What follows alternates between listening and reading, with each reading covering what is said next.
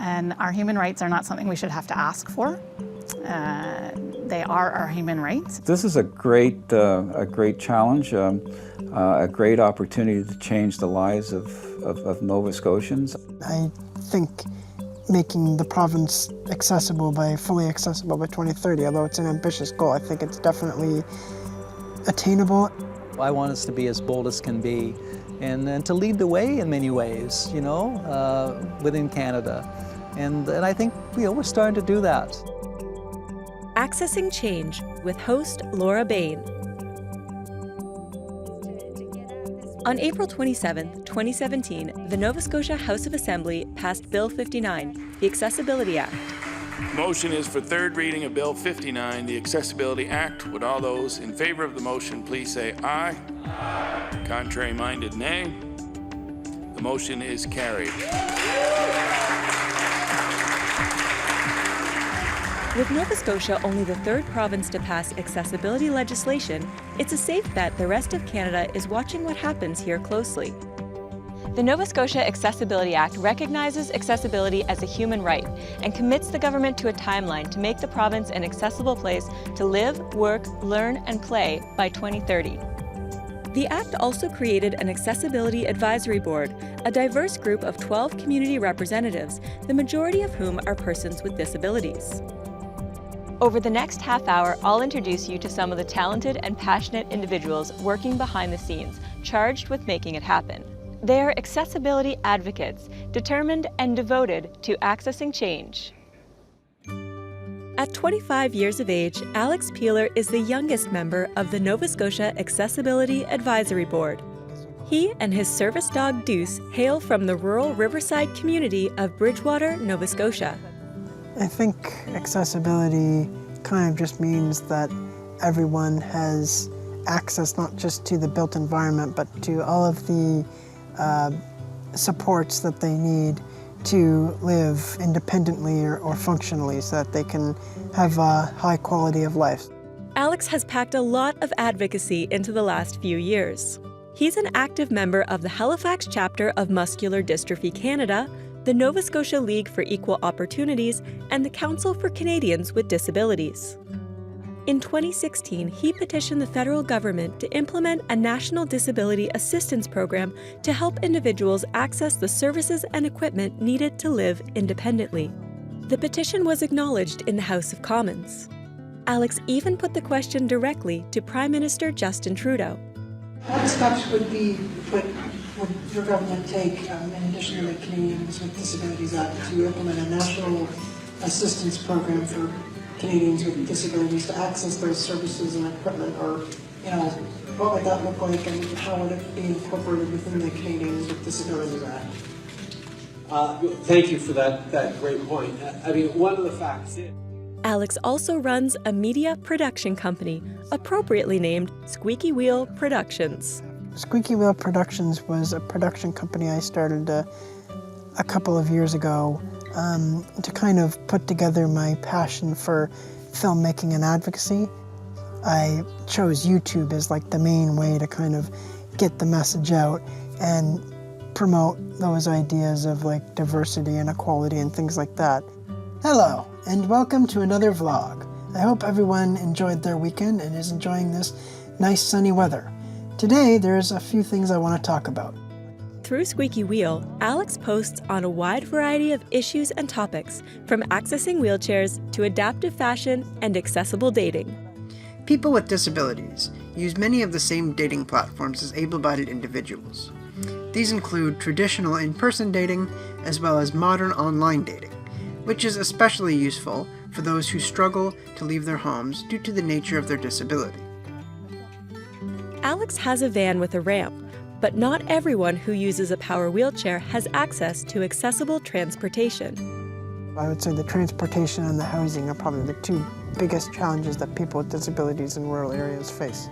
For a lot of people in general, having access to transportation isn't always easy, especially for people with disabilities that need such specialized transportation compared to what an able-bodied person requires.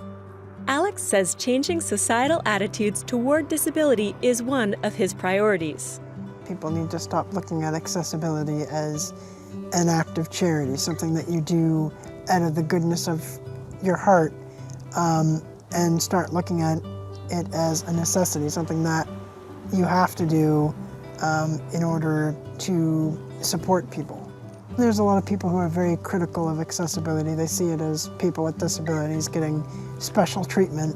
And so if we get rid of that attitude, if people stop seeing accessibility as people with disabilities getting special treatment and seeing it for what it is, which is us just trying to help people with disabilities live their lives and do the same things that everyone else wants to do, then I think it'll be a lot easier to actually start implementing some of these accessibility policies.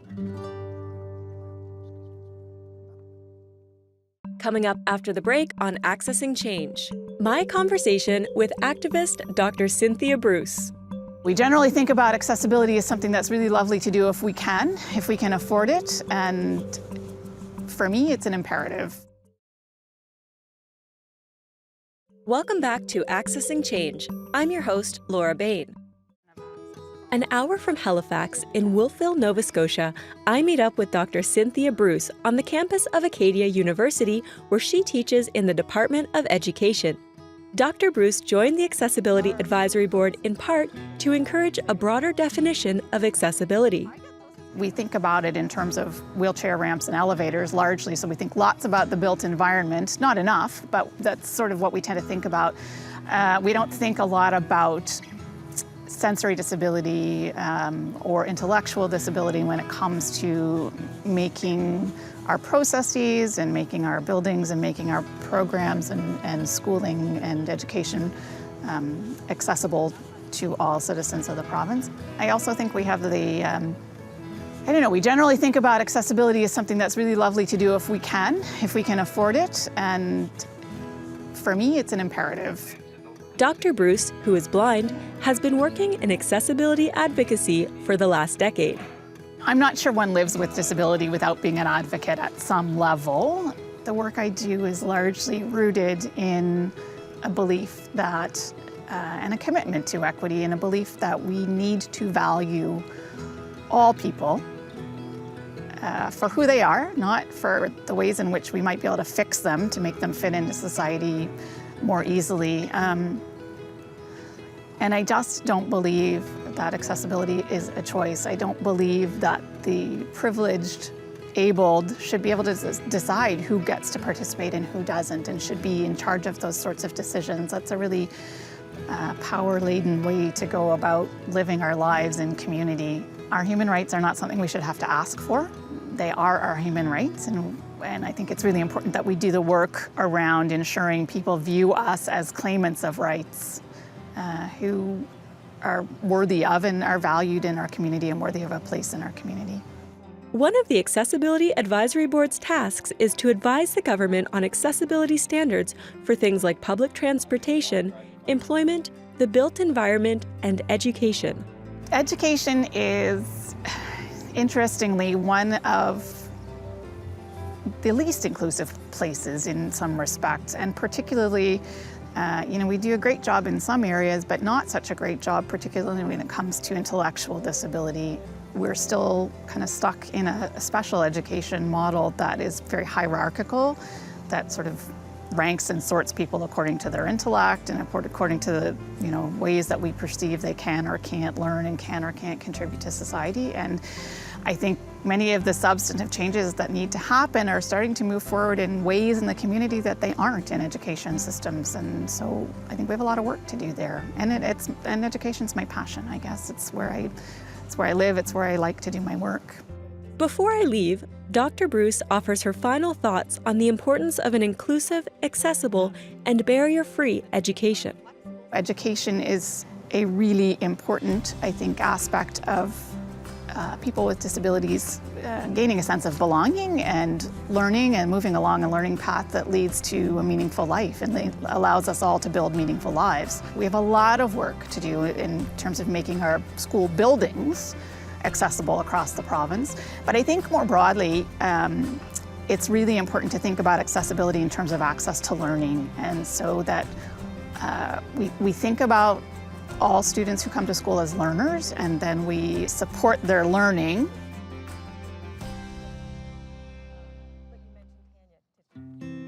Back in Halifax, I arrange a meeting with the Executive Director of the Investment Property Owners Association of Nova Scotia and Accessibility Advisory Board member Kevin Russell. Accessibility for me, you know, is in the context of apartments, is having the ability to access a building, the ability to move around the building, and the ability to live comfortably in your unit without barriers. Kevin is a seasoned property management professional. He joined the board to make a difference. This is a great challenge, a great opportunity to change the lives of Nova Scotians. I think we have a great opportunity, and in certain respects, we owe this to people with disabilities, persons with disabilities, because it's been a tough haul, and it's about time. While welcoming the uniformity that accessibility standards will bring to the built environment, Kevin acknowledges that some landlords have concerns. I think it's more the fear of, you know, the expense of going to making buildings accessible. It's an unknown, and anytime you have an unknown, you know, there's fear. So I think it's more of the unknown that they're fearful about. Landlords, I think, are compassionate people. They're outstanding citizens, and they know there's a need to change. It's just how to get that balance between making the changes and keeping affordability. Hopefully the government will implement some financial incentives for the smaller landlords, particularly the smaller landlords that are serving the vulnerable population, is where the biggest challenge is going to be, because you have a factor of income versus what people can afford to pay. So there's always that balance there. And how do you keep the rents affordable? And, you know, it's all about keeping the affordability. Kevin does not have a disability. Serving on the board with members who do, and hearing about their accessibility experiences, good and bad, has changed him. But hearing it firsthand on a continual basis has been a real eye-opener, and they've given me a great insight that I never had before. And it's so much so that when you're going through your everyday life, you see things now and you go, oh, I get it. It's been a great, you know, learning opportunity for me, and it's something that I'll keep and start promoting with friends and family, and just try to change that perception out there. Kevin sees pluses for everyone in a fully accessible province. If you have a more employable person with disability population, that helps society. If you have more people with disabilities involved in everyday activities, that's a great benefit. And there's some hidden gains too with people, with able-bodied people, in the sense that they may not have a disability today, but someday they may. I mean, mobility issues is a growing factor, and it's just a natural. We see it growing all the time, with Nova Scotia having probably the highest percent of mobility issues. So this is everybody's issue, whether they know it or not, and they should be open to what we're trying to accomplish here, because we're all going to be better off for it. Coming up after the break on Accessing Change, I speak with the Executive Director of the Accessibility Directorate, Jerry Post. It's 12 people. I call them the apostles of accessibility. And we're just blessed to have a tremendous group of very talented and experienced people on the board. Welcome back to Accessing Change. I'm your host, Laura Bain. We are getting to know some of the individuals on Nova Scotia's Accessibility Advisory Board. Jerry Post is the Executive Director of the Accessibility Directorate in the province. He assists the government with the implementation and administration of the Accessibility Act and liaises with the board. I arranged to talk with Jerry, who uses a wheelchair, at the Rick Hansen Healing Garden, part of the Common Roots Urban Farm in Halifax. This is sort of my play space. I'm an avid gardener, and was before I became disabled. And so while I was still in hospital, I noticed that this garden was happening here. This was 5 years ago, and I asked about them making it more accessible. And before we knew it, I was involved in that, and we now have this fully accessible garden. So we're calling it the Rick Hansen Healing Garden. because it is healing for me and for others as well. And Rick has helped tremendously in funding this thing as well. Jerry's effective advocacy skills were on full display last year when he spoke at the Standing Committee on Law Amendments, a public hearing for Bill 59, the Accessibility Act. Disability is new for me. 4 years I was like most of you, healthy, running around. One day didn't feel too well, went to see my doctor. He sent me to emergency, and before I knew it, the chaplain was standing over me, giving me my last rites. So I'm blessed to be alive, but it certainly opened my eyes to all the barriers that confronted me. And at that moment, I made a commitment to help remove them. Jerry's testimony was part of a larger presentation for an organization called the Bill 59 Community Alliance. Well, we're a small province, less than 1 million people. We have 50 some odd organizations involved with persons with disabilities, so it's a very sort of fragmented community. And at the time when the legislation was proposed, what came out was not something that the community was happy with. So we asked the province to press the hold button on the legislation. And in the meantime, we basically got all of these various organizations together under what we called the Bill 59 Alliance. In the end, it was 37 organizations, so we spoke with one voice. We not only have physical barriers to overcome, perhaps our most difficult barrier is attitudinal. This act, through your leadership, will hopefully send the message that we have a very vibrant disability community that has been sitting on the sidelines waiting to participate and contribute to our wonderful province. You, as legislators, have an opportunity to make history and draft an act that sets a standard for others to follow. Thank you. And because of that, the province invited us to sit at the table with the lawyers and the policymakers to basically redraft legislation. That redraft also included the clause that the majority of the members of the Accessibility Advisory Board must be persons with disabilities. That's embedded into legislation as a requirement. It's 12 people. I call them the apostles of accessibility. And we're just blessed to have a tremendous group of very talented and experienced people on the board. Why is it important to have that first-person voice on the board? Well, it's exactly that. We should be leading it. When we were doing the legislation as well, we said, nothing for us without us. So same with implementation. We're just continuing on that philosophy, and the province has accepted that. Part of developing the plan for reaching accessibility by 2030 involves public consultation, something Jerry thrives on. If we could take our seats. My name is Jerry Post. I am the Executive Director of the Accessibility Directorate. I was involved in drafting the bill. For the first time in the history of the province, did the province invite the community to sit with the legislators, the policymakers, and the lawyers to redraft the act. A very collaborative effort.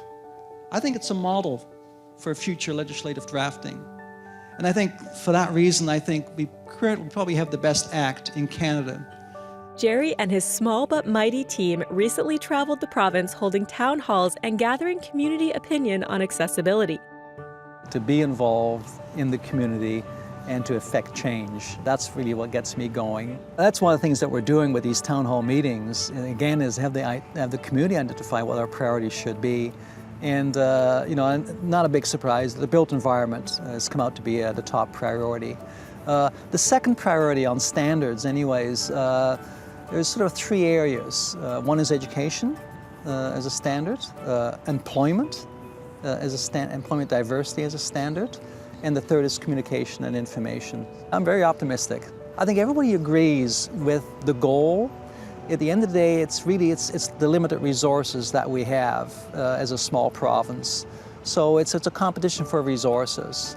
So hopefully, we're successful in getting the right side, piece of the pie to make it all happen. Nova Scotia's Accessibility Act was transferred from the Department of Community Services to the Department of Justice in 2017, a move that recognized accessibility as a human right. I want us to be as bold as can be and to lead the way in many ways, within Canada. And I think, we're starting to do that. Nova Scotia Minister of Justice Mark Fury spoke about his commitment to accessibility at the Bridgewater Town Hall. Barriers to accessibility come at an enormous cost to our province. And this is especially the case for persons with disabilities, their family and friends, and for our communities and businesses. This is an important piece of legislation for us and outlines what we want to do as a province to ensure that every Nova Scotian can participate fully in our society. Well, I think, 2030 for me would be not to have to call ahead to a restaurant to see if they're accessible. When I'm at the airports and looking for a bathroom, I wouldn't have to look for an accessible bathroom. They're all accessible. So those sorts of things, that the whole thing is completely integrated and it becomes invisible. It's become the norm within the community. So in employment as well, that people understand, some of the accommodations that are out there to gainfully employ people with a disability and to take advantage of that resource we have in our community. Whether or not Nova Scotia succeeds in its goal to be accessible and barrier-free by 2030 remains to be seen. But Accessibility Advisory Board member Alex Peeler is feeling positive. I know Nova Scotia is a province that kind of lacks in some of the areas with accessibility, but I'm very optimistic about the direction that the legislation is headed, and I think making the province fully accessible by 2030, although it's an ambitious goal, I think it's definitely attainable, and I think there's a very good chance that Nova Scotia can do it. Dr. Cynthia Bruce says accessibility is always a work in progress. I hope the rest of the province engages in a really meaningful and robust way so that everyone realizes accessibility is everyone's responsibility, and it's not just up to us to ask for accessibility, but in fact for the entire province to plan for our presence. And I hope we can do enough public awareness that allows people to really think about accessibility in terms of something that we always are thinking about. So it's not a state that we accomplish and get there and we're there and we don't need to do any more work on it. I think we always need to be thinking about how we make everything we do accessible to the broadest spectrum of participants, and that we do that in a way that values all participants. Producer Wendy Purves, host Laura Bain, videographer and editor Andrew Pickup, integrated described video specialist Ron Rickford, intern Lottie George, audio post Mark Phoenix, production supervisor Janice Civitilli, senior producer Jennifer Johnson, director production Cara, director programming Brian Perdue, vice president programming and production John Melville, president and CEO David Arrington. Copyright 2018, Accessible Media Inc.